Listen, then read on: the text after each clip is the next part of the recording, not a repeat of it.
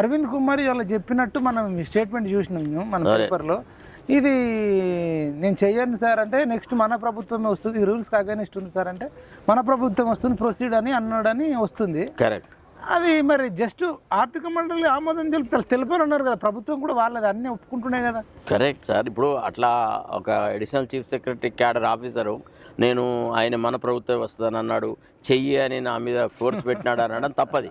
ఆయన UDC secretary section officer, అతను చెప్పాల్సింది సార్ రూల్స్ వోంట్ పర్మిట్ అండి, సారీ ఐ కాంట్ డూ అని చెప్పాలా.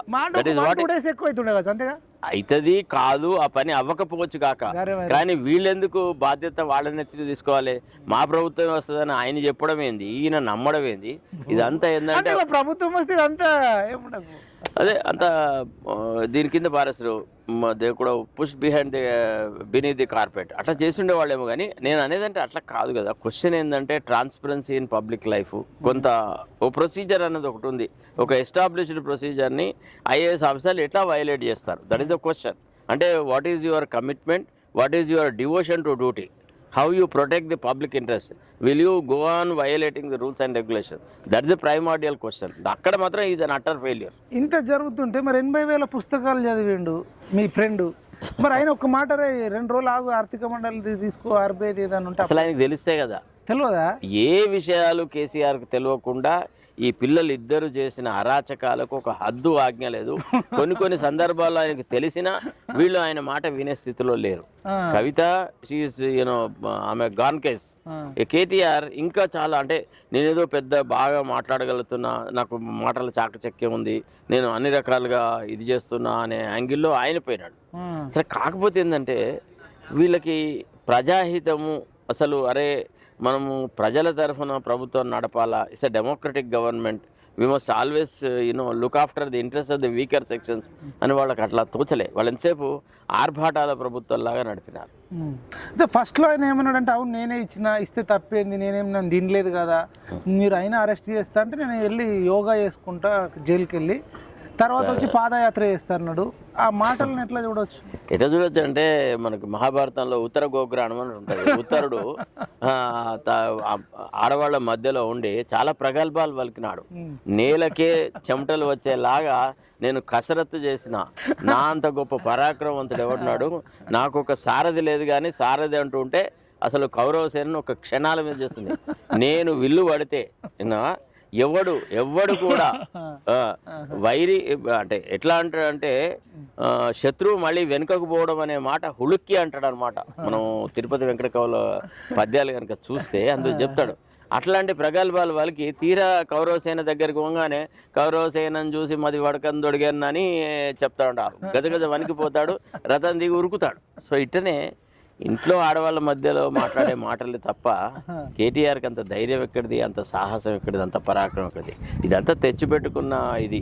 మంది మార్బలం ఉంటే ఒక మీటింగ్కి వస్తే ఒక మైక్ పట్టుకొని పెద్ద ప్రగల్భాలు మాట్లాడతాడు తప్ప, అరే మరి correct, yes I will go and face the investigation, what is there, what will you do. ఇప్పుడు నీ అంతరాత్మ ప్రబోధంగా నీవు తప్పు చేయలేదని అనుకుంటే ఇన్ని వ్యవహారాలు ఎందుకు చేయాలి? హైకోర్టుకి వెళ్ళడము, పిటిషన్ వేయడము, లాయర్ని కావాలనడము, లేదంటే కేసు కొట్టేయమనడము. అదే కదా, అతను నేను జైలుకి పోవడం నామూషి అని అనుకుంటున్నాడు అతను. మరి ఒకవేళ జైలుకి పోవడం నామూషి అయితే మరి రేవంత్ రెడ్డి ఎందుకు జైలుకు పంపించినావు?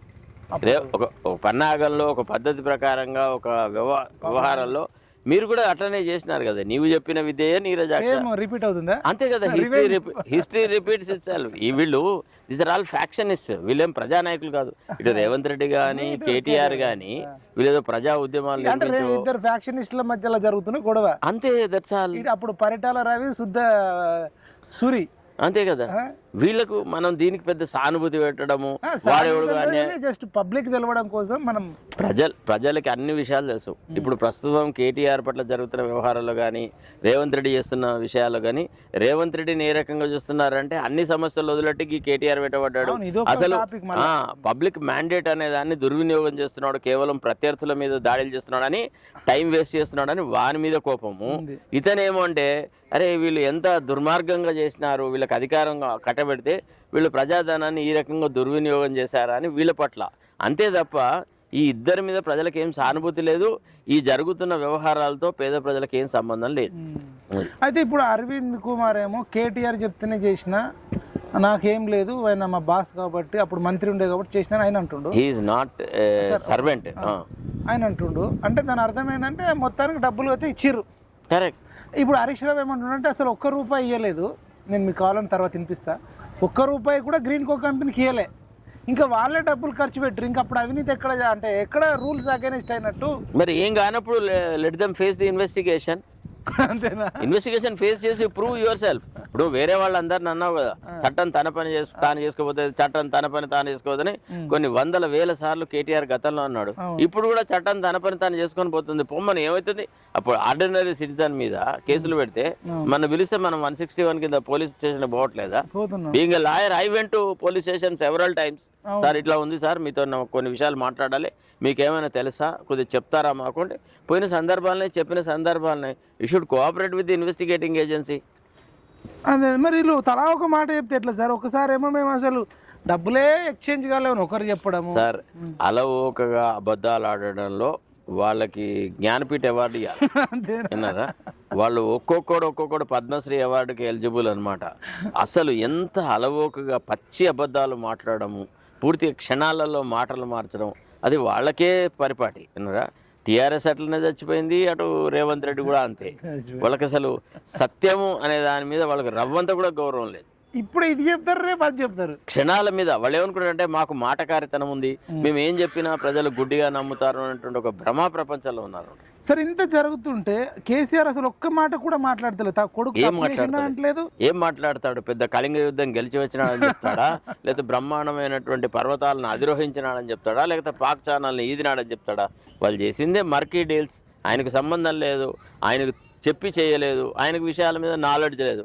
ఆయన ఏమని ఇంటర్ఫియర్ కావాలా అంటే నా కొడుకు తప్పు చేసినా కానీ మీరు శిక్షించొద్దు అని చెప్తాడా అడ్మినిస్ట్రేషన్కి? అసలు ఆయన తనలోనే తనే మదన పడుతుంటాడు, బాధపడుతుంటాడు.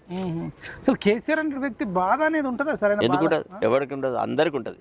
ఏ ప్రాణికైనా బాధ అంటే ముఖ్యంగా ఏంటంటే తన సంతానానికి తన ముందే అపకారం జరుగుతుంది, కొంత కష్టం జరుగుతుంది అంటే ఏ తండ్రి అయినా కొంత బాధపడక తప్పదు. చూడండి హరీష్ రావు చెప్పేది, తప్పు జరిగిందని చెప్పింది కానీ జస్ట్ వినండి, వేసింది కాదు, కేవలం విచారణ కొనసాగించడానికి కోర్టు అనుమతించింది. విచారణకు సహకరిస్తాం. ముందు నుంచి కూడా కేటీఆర్ గారు 100% విచారణకు సహకరిస్తారు. తప్పు చేయలేదు, అసలు అవినీతే జరగలేదు, రాష్ట్ర ప్రభుత్వం నుంచి 1 రూపాయి కూడా గ్రీన్ కో కంపెనీకి చెల్లించలేదు. కూడా చెల్లించినప్పుడు అదే సార్, చెల్లించినారా చెల్లించలేదా అని ముద్దాయి ఎట్లా చెప్తాడండి? ఇన్వెస్టిగేషన్లో తేలాలా చెల్లించినారా లేదా.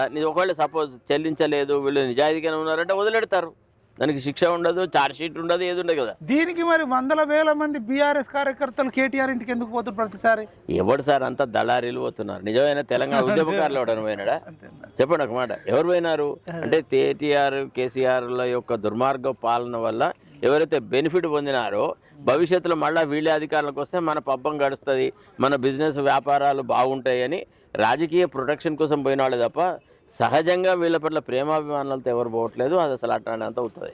సార్ మీరు ఒక అడ్వకేట్గా చెప్పండి, ఇలా రాజకీయ నాయకులు బీఆర్ఎస్ అనే కాదు, చాలా పార్టీలు, చాలా పార్టీ నాయకులు ఈ అలవోకగా అబద్ధాలు చెప్పి కబ్జాలు చేసి లేదంటే కోట్లాది రూపాయలు దండుకొని బినామీలను పెట్టుకొని స్వేచ్ఛగా భారతదేశంలో కానీ తెలంగాణలో కానీ బతుకుతున్నారు.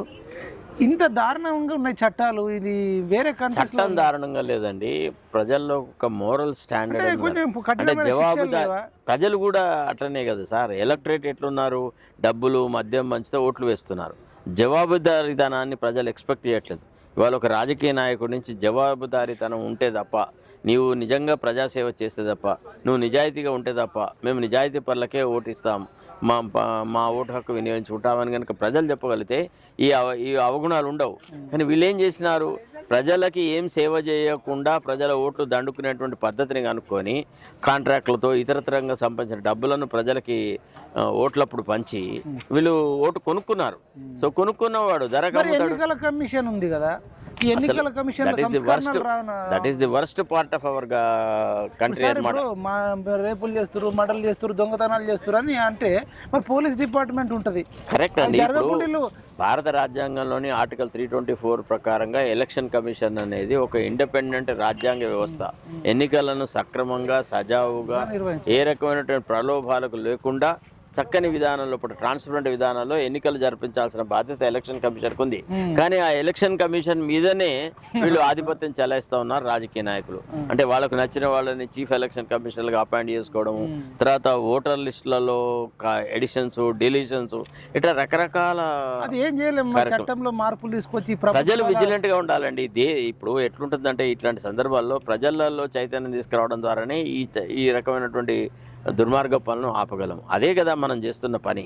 ప్రజలను చైతన్యపరచడమే మనం చేస్తున్నటువంటి ఒక ముఖ్య ఉద్దేశము. అది మనం చేస్తున్న ముఖ్యమైన పని అన్నమాట. అట్లా.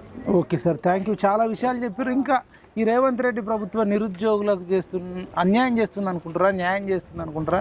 ఒక్క లైన్లో చెప్పాలంటే ఫైనల్గా ఏం చెప్పారు? అసలు నిరుద్యోగుల పట్ల రేవంత్ రెడ్డి ప్రభుత్వానికి ఏ రకమైన చిత్తశుద్ధి లేదు. మనం చూసాం కదా, ఇప్పుడు జియోఎంఎస్ నెంబర్ 46 అప్పుడు ఎంత కొట్లాడినాము. వాళ్ళని సర్వనాశనం చేసినాడు కదా. 317 వ్యవహారాలు ఇప్పటికి ఇట్టనే ఉన్నాయి కదా. నిరుద్యోగులకు ఇస్తాను, నిరుద్యోగ వృత్తి లేదు కదా. పోనీ వాళ్లకు కనీసం పోటీ పరీక్షలకు ఫీజు లేకుండా ఫ్రీగానైనా ఎగ్జామ్స్ రాసే పరిస్థితి సృష్టించలేదు. పోనీ ప్రభుత్వ పరంగానే మరి కొన్ని కోచింగ్ సెంటర్స్ పెట్టి అట్లా హాస్టల్ లాగా రన్ చేసేసి నువ్వు నిరుద్యోగ వృత్తి ఇవ్వకు, కోచింగ్ సెంటర్లు పెట్టు, ఫ్రీ కోచింగ్ సెంటర్లు పెట్టు, వాళ్ళకు విద్యార్థులకు ఉండే వసతి కల్పించు. ప్రతి ఎగ్జామినేషన్కు ఒక 3 నెలలు 2 నెలలు ఉచితంగా ప్రభుత్వ పరంగా ఈ పని చేయొచ్చు. చేసి పేద విద్యార్థులందరికీ మంచి జరిగే వరకు ప్రిపరేషన్కి, ఎగ్జామినేషన్కి ఒక 3 మంత్స్ అబ్బా మ్యాక్సిమం. అయితే 3 మంత్స్కి గర్ల్స్ ప్లేసెస్లో, బాయ్స్ ప్లేసెస్లో వసతి గృహాలు పెట్టేసేసి పేద విద్యార్థులకు, బీసీలకు, ఎస్సీలకు, ఎస్టీలకు కోచింగ్ సెంటర్లు పెట్టేసేసి వాళ్ళకు చక్కగా ఎగ్జామినేషన్ ప్రిపేర్ అయ్యే అవకాశం కల్పించవచ్చు కదా. తద్వారా కొంత మేలు చేస్తుంది. వీళ్ళు లక్షల కోట్లు అప్పులు తెస్తున్నారు, లక్షల కోట్ల ధనం దుర్వినియోగం చేస్తున్నారు. దాంతో పోలిస్తే ఈ పేద విద్యార్థులను పెట్టే ఖర్చు ఎంత? రైతుల పట్ల ఎట్లుంది అనిపిస్తుంది ప్రభుత్వం? చెత్త అసలు దాని గురించి తెలియదు. చాలా ఘోరంగా ఉంటుంది. రైతుల పరిస్థితి చాలా మంది ఏడుస్తా ఉన్నారు. రైతులు చాలా ఎవరన్నారు 70% మందికి కాలేదు, 30% మాత్రమే రుణమాఫీ జరిగింది. నేను మీకు ఎన్నో కేసులు చూపెడతాను, 1, 2 అని కాదు. చాలా మంది మాకు రుణమాఫీకి జరగలేదు అని చెప్పేవాళ్ళ సంఖ్య ఈనాడు ఉంది. రోజు మా ఛానల్లో అయితే అసలు అది ఛానల్ ఓపెన్ చేస్తేనే సార్ మాకు రుణమాఫీ కాలేదు అంటారు. అదొక కంటి తుడుపు చర్యలాగా చేసినాడు. రైతు భరోసా 15,000 ఇస్తా అని 12,000 ఇస్తా అంటారు. దీన్ని ఎట్లా చూస్తారు? మోసం, పచ్చి మోసం. అది రేవంత్ రెడ్డి చేసిన పచ్చి మోసము. అంటే తను ఓట్ల కోసమని అబద్ధం ఆడినా అని మరొకసారి నిరూపించుకున్నాడు. దీని ప్రభావం ఢిల్లీ ఎన్నికల మీద చాలా ఖచ్చితంగా చూపెడుతుంది. దేశమంతా అబ్జర్వ్ చేస్తారు. ఎందుకు చేస్తలేరు? మంచి కాంగ్రెస్ పార్టీ హైకమాండ్ ఆఫీస్ దగ్గరనే పోస్టర్లు వేసినారు. ఈయన రైతులను ఎట్లా మోసం చేసినాడు, 15,000 ఇస్తా అని 12,000 ఇచ్చినాడు, ఎట్లా రైతులను వంచిస్తున్నాడు, కాంగ్రెస్ ప్రభుత్వం అలవిగాని ప్రామిసెస్ ఎట్లా ఇస్తుంది, ఎట్లా వైలేట్ చేస్తుంది అనేది వాళ్ళు పోస్టర్ల ద్వారా ఎక్స్పోజ్ చేస్తూ ఉన్నారు. Right sir. ఇంకా మరి మీ పార్టీ ఏమన్నా మంచి జరగాలంటే మీరు కాంగ్రెస్ కార్యకర్తలకు ఏం చెప్తారు? పైన కాంగ్రెస్ కార్యకర్తలకు ఏం చెప్పేది లేదు. కాంగ్రెస్ లో ఉన్నారట్టుగా. ఉన్నాను అంటే ఉన్నాను అంతే. కానీ ఈ రేవంత్ రెడ్డి కాంగ్రెస్ లో ఉండడం ఉండకపోవడం అంతా ఒకటే సార్. రేవంత్ రెడ్డి నేతృత్వంలోని ప్రభుత్వంతో ఏ రకంగా కూడా ముడిపడి ఉండడం చాలా కష్టము. అదే ప్రజా కంటకమైనటువంటి పాలన.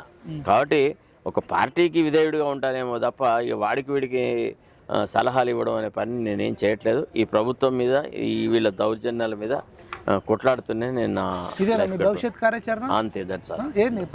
అంతే ఇంతే. ప్రజాస్వామ్యబద్ధంగా పరిపాలన సాగాలని, ప్రజాక్షేత్రంలో కూడా జవాబుదారీతనం ఉండాలి. ప్రజాప్రతినిధులు ప్రజల మంచి చెడ్ల కోసం కృషి చేయాలి తప్ప వ్యక్తిగత ప్రయోజనాల కోసమని అసెంబ్లీ టికెట్లు కొనుక్కోవద్దు, అసెంబ్లీకి గెలిచిన తర్వాత వాటిని అమ్ముకోవద్దు.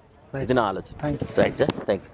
ఇదండి అడ్వకేట్ శరత్ కుమార్ సార్తో సంచలన ఇంటర్వ్యూ. చాలా రోజుల తర్వాత, చాలా గ్యాప్ తర్వాత మంచి ప్రకృతిలో ఉస్మానియా యూనివర్సిటీ ఒడిలో సార్ చదివిన లా కాలేజ్ పక్కకే ఉంది. సార్ ఇదే లైబ్రరీలో చదివి ఇప్పుడు పెద్ద వకీల్ సాబ్ అయినాడు. పక్క ఆర్ట్స్ కాలేజీలో కూడా చదివిండు సార్.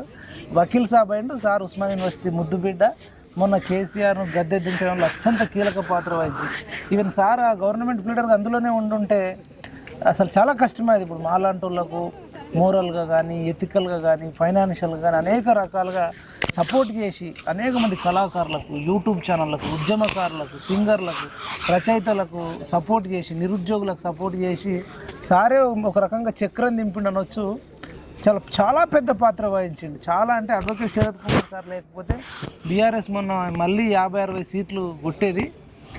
సారు వల్లనే చాలా మార్పు తీసుకురాగలిగింది. నిజంగా సార్కు ధన్యవాదాలు తెలియజేస్తూ ఇప్పటికి కూడా కాంగ్రెస్ పార్టీకి అంటగాకుండా, కాంగ్రెస్ను భజన చేయకుండా, కాంగ్రెస్ చేస్తున్న తప్పులను కూడా, ఈవెన్ రేవంత్ రెడ్డి చేస్తున్న తప్పులను కూడా ఇప్పుడు ఇంకా అంతకంటే ఎక్కువగా దృక్కోణం ఛానల్ ద్వారా ప్రతిరోజు మార్నింగ్ ద్వారా చాలా పెద్ద మొత్తంలో మరి పబ్లిక్ కానీ యువతకు కానీ అండగా ఉంటుండో అడ్వకేట్ శరత్ కుమార్ సార్.